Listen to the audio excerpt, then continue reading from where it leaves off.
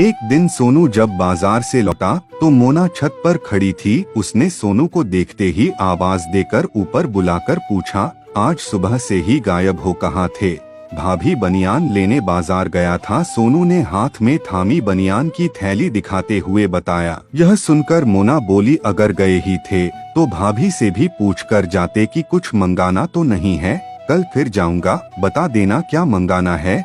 सोनू कहा तो मोना ने पूछा, और क्या लाए हो? बताया तो बनियान लाया हूँ। तो मोना बोली, मुझे भी बनियान मंगानी है, ला दोगे न? तुम्हारी बनियान मैं कैसे ला सकता हूँ, मुझे नंबर थोड़े ही पता है। मोना ने कहा, साइज देखकर भी नहीं ला सकते? बेकार की बातें मत करो, साइज देखकर अंदाजा होता है।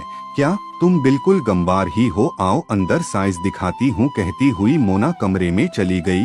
सोनू भी उसके पीछे पीछे कमरे में चला गया। कमरे में पहुँचते ही मोना ने साड़ी का पल्लू नीचे गिरा दिया और सीना फुलाते हुए बोली, लो नाप लो, साइज खुद पता चल जाएगा। मुझसे साइज मत नापवाओ भाभी, वरना बहुत पछताओगी। पछता तो अब भी रही हूँ तुम्हारे भैया से शादी करके। मोना ने अंगड़ाई लेते हुए साड़ी का पल्लू सिर पर डालते हुए कहा। क्यों? सोनू ने पूछा तो मोना बोली, महीने 2 महीने बाद घर आते हैं, वह भी 2 दिन रहकर भाग जाते हैं। और मैं ऐसी बदनसीब हूँ कि देवर भी साइज नापने से डरता है। कोई और होता तो साइज नापता। और मोना की आंखों में नशा सा उतर आया था। अभी तक सोनू मोना की बातों को केवल मजाक में ही ले रहा था।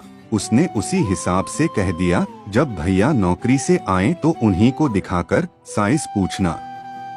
अगर पति बुद्धू हो तो भाभी का काम समझदार देवर को करना चाहिए। मोना ने सोनू का हाथ पकड़ते हुए कहा, क्या क्या काम करवाओगी देवर से?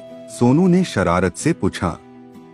जो देवर करना चाहे भाभी मना नहीं करेगी, बस तुम्हारे अंदर हिम्मत होनी चाहिए। मोना हंसी, कल बात करेंगे कहकर सोनू वहां से चला गया। दूसरे दिन सोनू माँ की दवाई लेने बाजार जाने के लिए निकला तो मोना के घर जा पहुंचा। उस वक्त मोना खाना बनाकर खाली हुई थी। सोनू को देखते ही वह चहक कर बोली, बाजार जा रहे हो क्या? मम्मी की दवाई लेने जा रहा हूँ, तुम्हें कुछ मंगाना हो तो बोलो। सोनू ने पूछा। मोना बोली, बाजार में मिल जाए तो मेरी भी दवाई ले आना। मोना ने चेहरे पर बनावटी उदासी लाते हुए बोली, पर्ची दे दो, तलाश कर लूंगा। मुँह जुबानी बोल देना कि प्रेम रोग है, जो भी दवा मिले ले आना। भाभी तुम्हें ये रोग कब से हो गया? सोनू ने हंसते हुए पूछा।